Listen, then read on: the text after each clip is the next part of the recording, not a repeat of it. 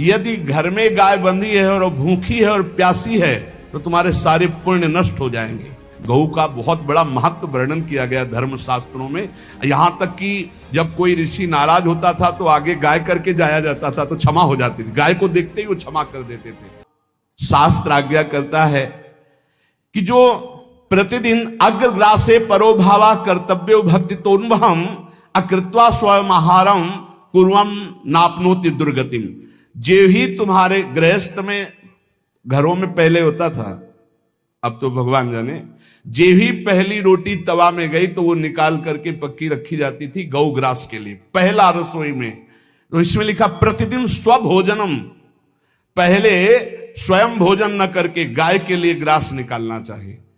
तो जिनके पास अर्थव्यवस्था जो गृहस्थ धर्म में है या जिनके पास अर्थ है, कुछ रोज 1 रुपया निकालो।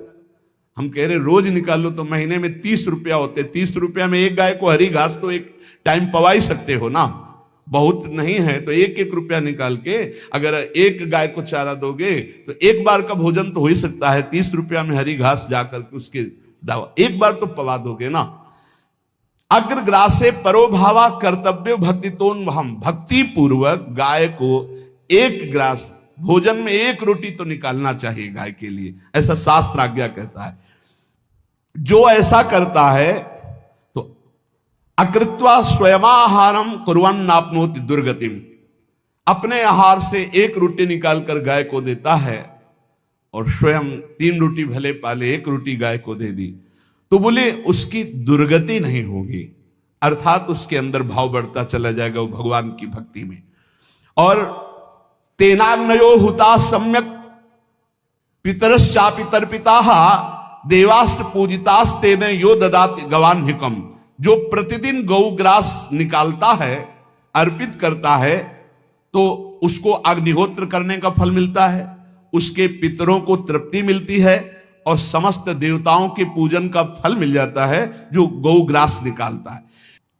यदि गाय घर में पाली जाए या गौशाला खोली जाए और गौओं की सेवा की जाए, जिनके पास अर्थ है, भाव है, भगवान स्वयं श्री कृष्णचंद्र जी ने गौ सेवा स्वीकार की, गौवें चराई।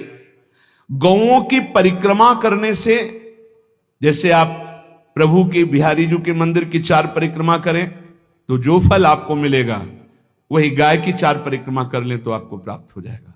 गौ की प्रदक्षिणा से, गावः प्रदक्षिणी कार्यावंदनीया ही नित्यशः, जो रोज गाय को प्रणाम करता है और गाय की प्रदक्षिणा करता है तो भगवत प्रदक्षिणा का उसे फल प्राप्त होता है। जहां गौएं विराजमान होती हैं वो बड़ा पवित्र दिव्य तीर्थ स्थल माना जाता है। गौएं जहां विराजमान रहती, गौशाला में भजन करे तो कई गुना बढ़कर के प्राप्त होता है। स्वयं ब्रह्मा जी ने गौओं को दिव्य गुणों से विभूषित बनाया है।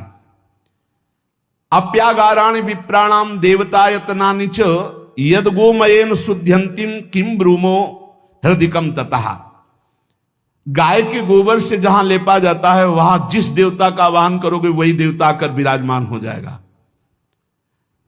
अपवित्र भूमि में भी यदि गाय के गोबर का लेप कर दिया जाए तो परम पवित्र मानी जाती है। गाय बहुत पवित्र, जहां वो बैठती है, जहां वो मूत्र त्याग करती, गोबर त्याग करती, वो स्थान तीर्थ तुल्य पवित्र माना जाता है। गाय बंधी हो घर में, वो प्यासी है और भूखी है, तुम्हारे सुकृत नष्ट हो जाएंगे। तृषिता गौरगृहे बद्धा, क्योंकि तुम्हारे पास है, सेवा करना चाहिए। यो वै गाम प्रतिसिद्धेन तो चरंतिम च स्वतरणम नरहा तस्य पूर्वे च पितरा कंपन्ते पतनोन्मुखा। यदि गाय हरी हरी घास चर रही कहीं और तुमने डंडा ऊपर प्रहार किया, लाठी मारी, तो तुम्हारे पितर खोपड़ी के बल नरक जाने के लिए तैयार हो गए, ये लिखा है।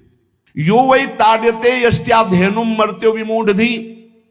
जो मूर्ख मनुष्य, जैसे अब गाय दूध नहीं दे रही, मार डंडे डंडे मार रहे हैं, इंजेक्शन लगा रहे हैं, ऐसे वैसे कर रहे हैं, उसको ताड़ना दे रहे हैं, तो बोले जो मूढ़ बुद्धि मूर्ख मनुष्य, यो वै ताड्यते यष्ट्याधेनुम मर्त्यो विमूढ़धि, वो गाय को लाठी से मारता है, डंडे से मारता है, हाथों से मारता है, तो धर्मराजस्य नगरेशा याति कर वर्जिता। धर्मराज जी पहले अपने नरक में ले जा करके उसके कहते थोड़े थोड़े तिल तिल करके पहले इसके हाथ काटो, मरना है नहीं वहां। जब गुरुमंत्र वैदिक सिद्धांत से दिया गया था पहली बार, तो पंचगव्य पिलाया गया था। गोमूत्रम गोमयम क्षीरम दधि सर्पिस्तथैव च गवाम पंच पवित्राणि पुनंत सकलम जगत। कितना भी बड़ा पापी हो, अगर पंचगव्य पिलाया जाए तो वो वैदिक मंत्रों को स्वीकार करने लायक हो जाता है, पवित्र हो जाता है। पंचगव्य में पांचों चीजें गाय की होती है। गाय का मूत्र, गाय का गोबर, गाय का दूध, गाय का दही और गाय का घी, ये पांचों मिलाकर पंचगव्य पिलाया गया था। पहली बार जब वैदिक मंत्र दिया गया था तो पंचगव्य बनवाया था गुरुदेव भगवान ने सन्यास, और वो पिलाया था। ये पंचगव्य पिलाने से अपवित्रता का नाश होकर पवित्रता का संचार होता है। इसलिए धन्य है उनका जीवन जो गौ सेवा परायण है भगवत भाव से। गाय में साक्षात भगवान का भाव रखकर गौ सेवा करते हैं। त्रिषिता गौर गृहे बद्धा गेहे कन्या रजस्वला देवशास्त्र सन्निर्माल्य हंति पुण्यम पुराकृतम। यदि घर में गाय बंधी है और भूखी है और प्यासी है तो तुम्हारे सारे पुण्य नष्ट हो जाएंगे। सेवा और व्यापार में अंतर होता है। गौ सेवा के बहाने से धन का जो दान लेना है और उसका अपने में प्रयोग करना, मैं पितरों सहित नरक जाना है, लिख लो। गौ सेवा के बहाने से दान लेना और उसका अपने परिवार के सुख में पैसे का प्रयोग कर देना या अपनी वासनाओं की पूर्ति में लगा देना। आया गौ सेवा के लिए और आप प्रयोग कर रहे हैं गाड़ी घोड़ा नाना प्रकार के सांसारिक भोगों में, तो लिख लो पितर सहित तुम्हारे नरक जाएंगे, क्योंकि गौ सेवा के लिए आया है। गौ सेवा का धन सिर्फ गौ सेवा में ही लगना चाहिए। आप गौ सेवक है, दूध पान कीजिए, रोटी खा लीजिए, लेकिन गौ सेवा का अर्थ आप अपने वासनाओं की पूर्ति में, अपने मनोरंजन में या अपने मन के संकल्प भावना में नहीं पूरी कर सकते। गौ सेवा के लिए ही पूरी कीजिए। गौ के वास का निर्माण, गौ के भोजन की व्यवस्था, वो दूध दे ना दे, वो कैसी भी अवस्था में हो, उसकी सेवा परायणता, उसके लिए सेवक रखना, सेवकों को भी सुख प्रदान करना, लेकिन स्वयं कभी गौ के सेवा के लिए आए हुए धन का स्वयं के लिए भोग न करना और निरंतर भजन रखना, उसे परम पद की प्राप्ति हो जाएगी। इसलिए हमारे सनातन धर्म में गौ सेवा का विशेष महत्व है और इस महत्व को सबको स्वीकार करना चाहिए, क्योंकि हमारे सनातन धर्म का स्वरूप है जहां मां पदवी दी गई है, गांव को गौ माता कहा गया है। गौ में समस्त देवता विराजमान है। गौ का बहुत बड़ा महत्व वर्णन किया गया धर्म शास्त्रों में।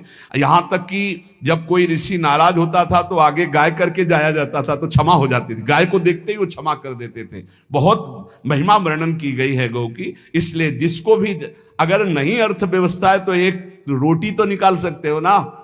तुम्हारी रसोई में रोटी बने तो पहली रोटी निकाल लो और आसपास जहां गाय बंधी हो तो उसको दे आओ जाकर, तो कम से कम धर्म का पालन हो जाएगा, गौ सेवा बन जाएगी। पर एक बात ध्यान रखें, इन सब सेवा का फल है भगवान के चिंतन में निरंतर वृत्ति डूब जाए। हमारी एक एक वृत्ति, एक एक क्षण भगवान के चिंतन में डूब जाए। अगर नहीं तो हम आपको उत्तर दे रहे हैं, क्या महाराज नृग जैसा कोई गौ सेवक हुआ है दानी? भागवत में पढ़ लेना। करोड़ करोड़ गायों को, करोड़ों गौशालाएं थी, एक दो नहीं। इसलिए कह रहे हैं करोड़ों शब्द कि आप उसको कहीं ज्यादा ना समझें। पृथ्वी के कोई भूमि के कण गिन सकता है, बारिश की बूंदे गिन सकता है, लेकिन महाराज नृग की गौएं जितनी दान की गई वो गिनी नहीं जा सकती थी, ऐसा वर्णन आता है। अरबों अर्बुद गौओं की सब स्वर्ण से अभिषिक्त करके ब्राह्मणों को दान करना। इतने बड़े गौ सेवक, इतने बड़े दान करने वाले, एक चूक हो गई, ना दान लेने वाले तपस्वी ब्राह्मण की गाय किसी अन्य ब्राह्मण को दान कर दी। और वो ब्राह्मण ने जब गाय देखी बोली मेरी गाय चुरा ली। बोले महाराज नृग ने दी। महाराज नृग से कहा मेरी गाय है, तो उनका गौशाला में आ गई होगी, आपको 10,000 गौएं देते हैं, आप अपनी गाय। बोले मैं प्रतिग्रह नहीं लेता। जिसने दान लिया था उसने कहा गाय यही लेके जाऊंगा, तो उनका आप गाय छोड़ दीजिए, आपको 10,000 गाय देते। बोले नहीं लूंगा। बस अनजाने के अपराध ने गिरगिट बना दिया था, कुएं का गिरगिट। पर भगवान बड़े कृपालु हैं, गौ सेवक थे, इसलिए गोविंद द्वारिकाधीश जी ने उनका उद्धार किया। सब साधन का फल है अच्युत भावना से युक्त होकर, भगवत भावना से युक्त होकर निरंतर भजन करते हुए सेवा परायण रहो, चराचर जगत की सेवा परायण रहो। भजन करना ही सबसे बड़ा परम धर्म है। हम सब सेवाएं करें जगत की, लेकिन अंदर से राधा राधा राधा, गोविंद गोविंद गोविंद गोविंद, आनंद आ जाएगा।